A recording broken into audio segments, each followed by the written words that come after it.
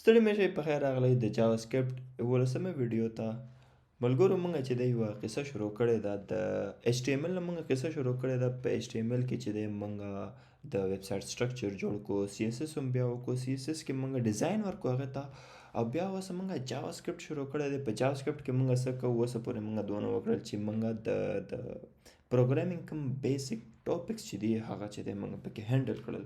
خو که تاسو یادېږي ما په یوه ویډیو کې ویلي، پته نه کومه ویډیو وه، خو ما پکې ویلي چې جاوا سکرپټ چې دی هغه د ویب سایټ مازغه دي، د هغې برین دي.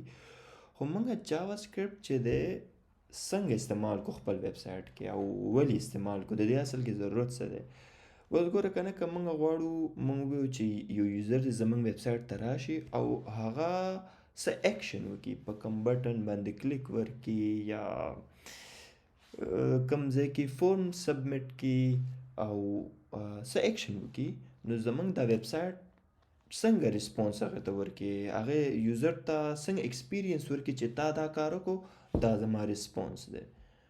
نو د دې مطلب دا دی چې ویب سایټ کې فنکشنالیټي ده، هغې ته پته لګي چې ایکشن کېږي، واپس ریاکشن ورځي، واپس ویب سایټ هم واپس یو بیهیویر ښکاره کوي، یو ایکشن ښکاره کوي.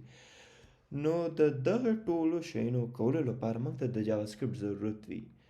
او نن به چې دی موږ خبرې کوو د ډوم په باره کې، چې ډوم څه شی دی او د دې دا چې دی موږ سره څه مرسته کولی شي چې موږ د خپل ویب سایټ بیهیویر چې دی هغه پکې ښکاره کړو.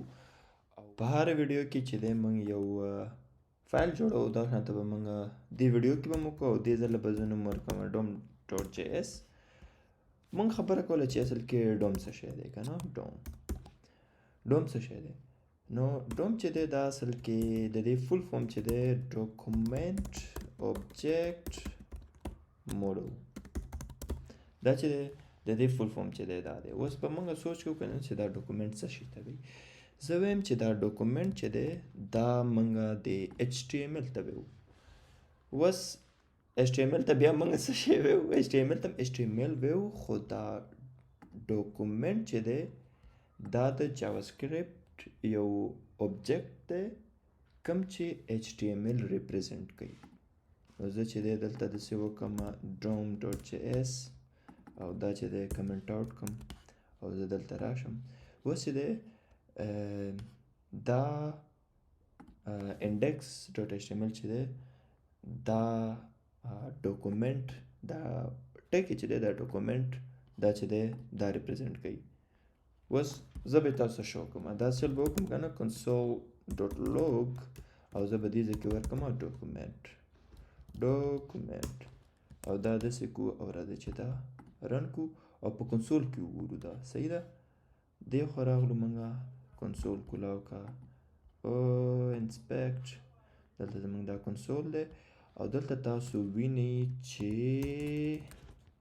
موږ سره دلته ډاکومنټ دی. په ډاکومنټ کې څه شی دی دا وګوره، تاسو وینئ چې موږ سره دا ټول HTML د خپلې. نو څنګه چې ما وویلې چې دا ډاکومنټ چې دی دا اوس اصل کې یو اوبجیکټ دی. دې ځای کې که زه یې وکړم داسې او دلته ولیکم ټایپ آف او تاسو دلته وینئ چې دا چې دی یو اوبجیکټ دی صحیح ده. نو د دې ټایپ موږ ته چې دی پته ولګي جاوا سکرپټ کې دی چې دا ډاکومنټ چې دی دا یو اوبجیکټ دی. اوس موږ داسې کولی شو که موږ یې وکړو console.log او دلته موږ ولیکو document.body. نو تاسو ته پته ده چې ډاکومنټ چې دی زموږ پوره HTML دی او په HTML کې چې دی زموږ سره دلته بوډي هم شته دی. اوس که دلته راشو دلته دا زه ایسې سیو کړم او دلته ورشم دې ځای کې پکار دی چې دې ما ته بوډي راکړی و د HTML، دا ما ته وایي نل راته وایي. مطلب که زما خبره ټیک وي چې دا HTML چې دی دا ډاکومنټ چې دی دا د HTML دا پوره HTML ریپرزنټ کوي، نو HTML دننه خو چې دی بوډي هم ده. نو چې زه ډاکومنټ.body ورکړم باید دا مالو بوډي راکړي. دا یې راله ځکه رانکړه او دا وایي چې دا نل دی ځکه چې دلته دا کم سکرپټ چې ما ورکړی دی dom.js دا ما په HTML کې ورکړی دی، خو د بوډي نه پاس مې ورکړی دی. لکه دا سکرپټ چې دی که نه دا دومره HTML ګوري، لکه دې ځای نه واخله دومره HTML ګوري. دا غریب خبر هم نه دی چې د دې نه لاندې چې دی بوډي هم پرته ده. لکه موږ وویو چې دلته موږ ته دا نل رانکي او دا موږ ته صحیح بوډي الیمنټ راکي، پوره بوډي راکي. نو موږ به داسې چلو کو، دا به دې ځای نه کټ کو او د بوډي لاندې به دا پیسټ کو او سیو به کو او دلته به موږ راشو دې ځای کې. نو اوس چې دی دې موږ ته بوډي راکړه. لکه زه اوس دې ځای کې ما ویلې چې دی document.body ما ته چې دی بوډي راکړه، دی چې دی ما ته بوډي راکړله.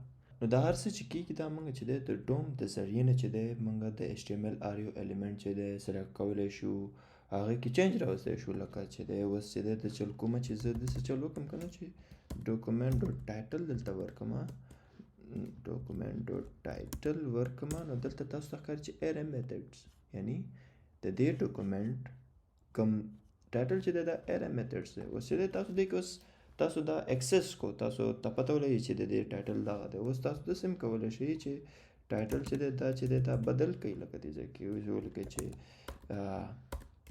نیو ټایټل او دلته به راشي چې نیو ټایټل. بیا تاسو داسې هم سوچ کولی شئ چې د چا کوم ویبسایټ جوړ کړی نو هغې باندې به موږ دا چلونه کو، چینج وینج به پکې راولو او خو دغه نشي کېدلی. ولې چې اوس دا نیو ټایټل دی چې دا ریفریش کړم واپس هر څه چې دی خپل اوریجنل سټیټ ته لاړل. دا ځکه چې موږ چې دلته کوم چینج کوو دا سرور سایډ باندې چینج نه کوو، دا چې دی صرف دا کلاینټ سایډ دی، دا په براوزر کې ټمپرري چینجز دی دا.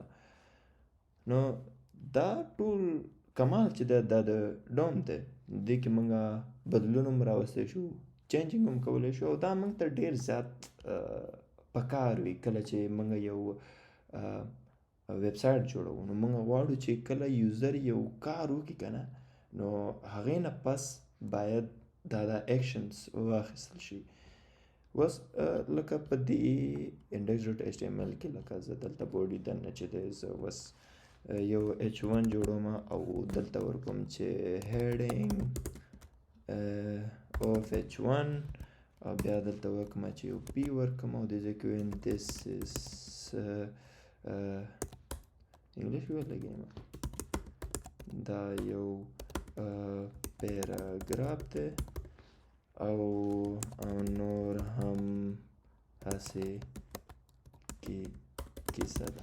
نو دا شو موږ دلته راشو دې خوا راغلو په ډوم مینیپولیشن باندې موږ چې دی دا اوس اکسس کولی شو. که زه ووایم چې ډاکومنټ او خدای پاکه دا خو document.body او په دې بوډي کې موږ وګورو دا موږ ته پکې h1 او p پکې ښکاري. نه زه داسې کولی شم چې document.body.h1.style.color چې دی دا چې دی ګرین کا داسې شي.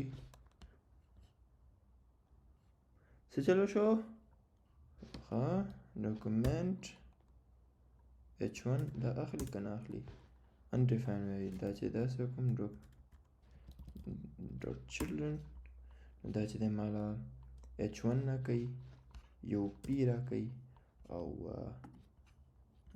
دا موږ سره یو h1 را کو یو p را کو سکرپټ مې ته پکې. خو زه چې دی په دې چلډرن کې چې کوم په 0 انډیکس باندې چې څه قصه ده هغه زه غواړم چې هغه دی .style.color. اوس چې دی دا خو به ګرین که که نه اوس خو به یې ګرین کوي خامخا. نو هغه دی چې دی دا یې موږ سره ګرین کو. تا دا وایي چې دا document.body.children پکې کوم ځای نه راغلی اوس HTML کلیکشن دا چې دی راتلونکي ویډیوز کې به تاسو به ډېر ځلینې نو تاسو چې دی ټینشن مه اخلئ دې باره کې. او دا چلډرن چې دی د دې خو زه یو اگزامپل درکړم، زه چې دلته ورکړم HTML tree ورکړم که نه، ولې چې دا بوډي زه غواړم چې د بوډي چلډرن کوم دي، د بوډي بچیان کم دي. نو موږ دلته چې دی که زموږ HTML وګورئ دا چې دی پیرنټ دی، دا پلار دی او دا دوه د دې بچي دي. نو او دا پخپله دا دې تصویر کې به وګورو دلته چېرته راشو HTML3 images په دې کې چې موږ دا وګورو موږ ګورو چې HTML دی دا روټ دی، دا یو بوټی دی کوم چې دا مین برانچ چې دی دا روټ برانچ چې کوم بالکل مین دی پلار د ټولو پلار چې دی دا HTML دی. HTML دوه بچي لري، یو هیډ دی یو بوډي ده. په هیډ کې دننه هیډ هم چې دی یو بچی لري هغه ټایټل دی، بوډي چې دی نور شیونه لرلی شي لکه اوس دلته پیراګراف دی زما کې یو پیراګراف و یو پکې H1 نو پیراګراف هم نور شیونه لګولی شي لرلی شي. نو دغه شانته موږ چې دی ټری جوړولی شو، دغه شانته ټری رواني او هغه چې دی ټری اکسس کولی شو او هغه ټری کې چې دی چینجز راوستی شو. نو په دې ویډیو کې ما غوښتل چې تاسو ته د ډوم یو وړوکی غوندې کې انټروډکشن درکړمه. خامخا دا انټروډکشن چې دی دا انف نه و، دا کافي نه و چې هر څه د ډوم په باره کې موږ زده کړی شو.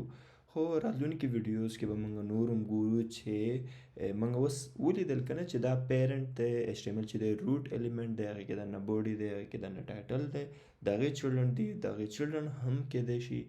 نو موږ چې دی راتلونکي ویډیو کې به وینو چې دا چلډرن چې دی دا موږ څنګه اکسس کولی شو، هغه کې بدلون څنګه راوستلی شو.